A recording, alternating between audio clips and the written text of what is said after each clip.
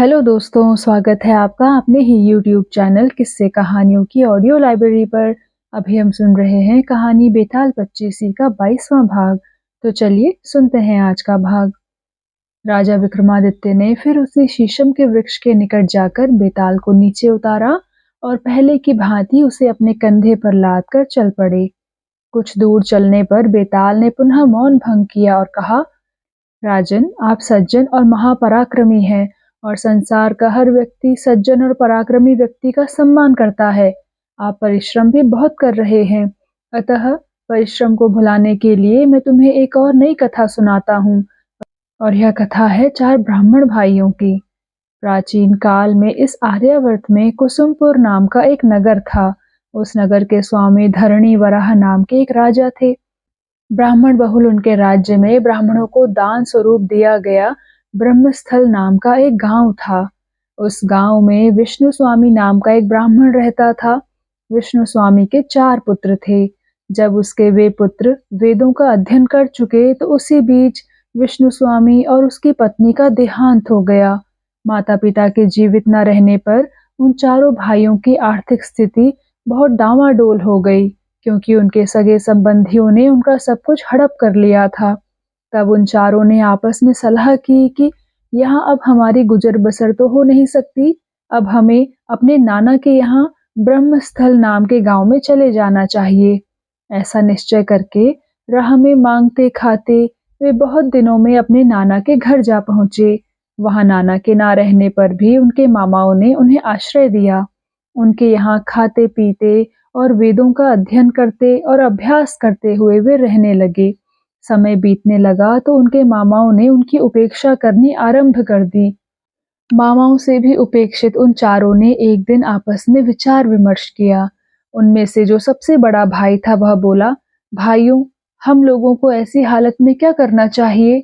यह सब तो विधाता के ऊपर निर्भर है, क्योंकि मनुष्य के किए से तो यहाँ कुछ भी नहीं हो सकता। आज उद्विग्न होकर घूमता हुआ जब मैं शमशान पहुंचा तो वहां मैंने एक मरे हुए पुरुष का शरीर देखा। उसे देखकर मैं उसकी दशा की सराहना करने लगा कि यह धन्य है जो दुख का सारा भार उतार कर इस प्रकार विश्राम कर रहा है। ऐसा सोचकर मैंने भी उसी समय मरने का निश्चय किया। मैं एक वृक्ष की डाली में फंदा डालकर उससे लटक गया। मैं अचेत हो गया, किंतु मेरे प्राण नहीं निकले थे।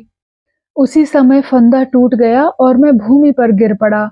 जब मुझे चेतना आई तो मैंने देखा कि कोई कृपालु पुरुष वस्त्र से शीघ्रता पूर्वक हवा करके मुझे सचेत करने का प्रयत्न कर रहा है।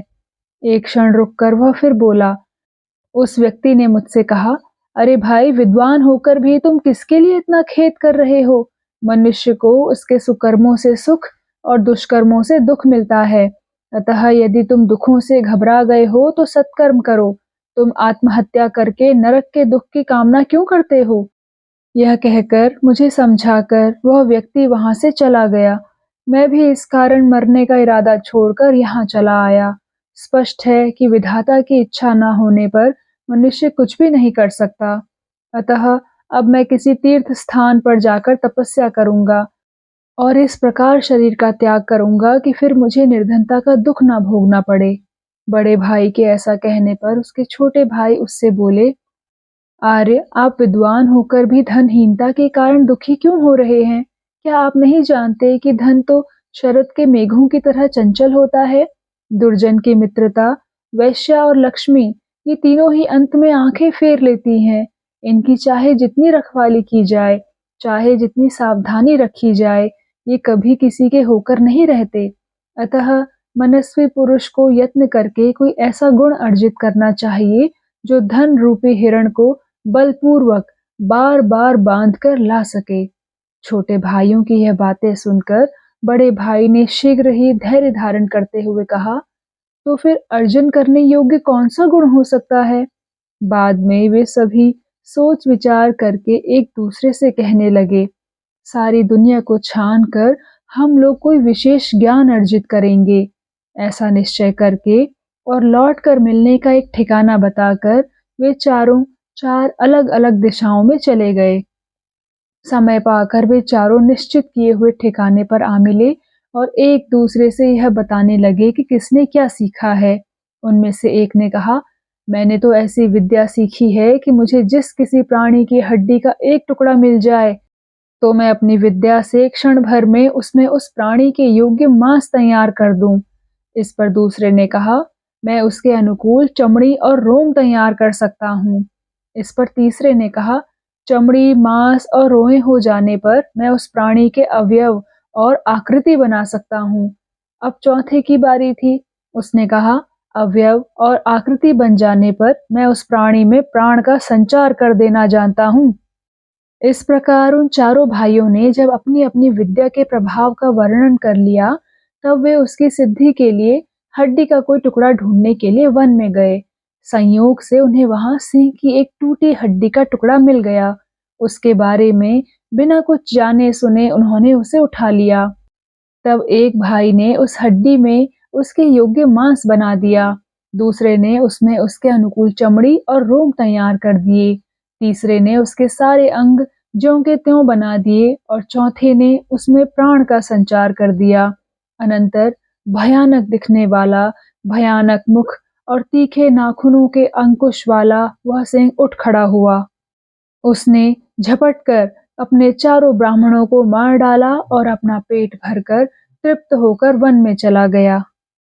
इस प्रकार वे ब्राह्मण भाई सिंह को जीवित करने की गलती के कारण मारे गए। भला दुष्ट प्राणी को जगाकर कौन मनुष्य स्वयं सुखी होता है? यदि विधाता वाम होता है, यों यत्न पूर्वक सीखे हुए गुण भी सुखकर नहीं होते, बल्कि दुख का कारण बन जाते हैं। पौरुष का वृक्ष तभी फल देता है जब भाग्य रूपी उसकी जड़ विकार रहित हो, वह नीति के थावले में स्थित हो और ज्ञान के जल से सींचा गया हो। रात में मार्ग में चलते हुए राजा विक्रमादित्य के कंधे पर बैठे हुए बेताल ने उसको यह कथा सुनाकर पूछा, राजन, अब यह बतलाओ कि उन चारों में से सिंह को बनाने का वास्तविक अपराध किसका था? यदि जानते हुए भी तुम नहीं बतलाओगे तो पहले का कहा हुआ शाप तुम पर पड़ेगा और तुम्हारे सिर के टुकड़े टुकड़े हो जाएंगे। बेताल की बात सुनकर राजा ने सोचा कि बेताल मेरा मौन तोड़वाकर फिर चला जाना चाहता है तो चला जाए, मैं लौटकर फिर इसे पकड़ लाऊंगा। मन ही मन ऐसा सोचकर उसने बेताल से कहा, बेताल, जिस ब्राह्मण ने उस सिंह को प्राण दान दिया वही उन चारों में से इस पाप का भागी है। बिना यह जाने कि यह कौन सा प्राणी है, उन्होंने अपनी विद्या से चमड़ा, मांस, रोम और दूसरे अंग दिए। उनका दोष इस कारण नहीं है कि उन्हें वास्तविकता का ज्ञान नहीं था, किंतु जिसने सिंह का आकार देखकर भी अपनी विद्या का प्रभाव दिखाने की उत्कंठा से उसमें प्राण डाले, वस्तुतः ब्रह्महत्या उसी ने की। उस मायावी बेताल श्रेष्ठ ने जब राजा की यह बातें सुनी, तब वह उसके कंधे से उतरकर फिर अपनी जगह पर चला गया। बेताल को पकड़ने के लिए कटिबद्ध राजा भी पहले की भांति उसे पकड़ने के लिए उसके पीछे पीछे चल पड़ा। तो दोस्तों, कैसा लगा आपको आज का ये भाग? कृपया कमेंट सेक्शन में आकर जरूर बताइएगा। और अगर आपने अभी तक इस चैनल को सब्सक्राइब नहीं किया है तो कृपया सब्सक्राइब भी जरूर कर लीजिएगा। मैं मिलती हूँ आपसे इसी कहानी के अगले भाग के साथ। तब तक के लिए धन्यवाद।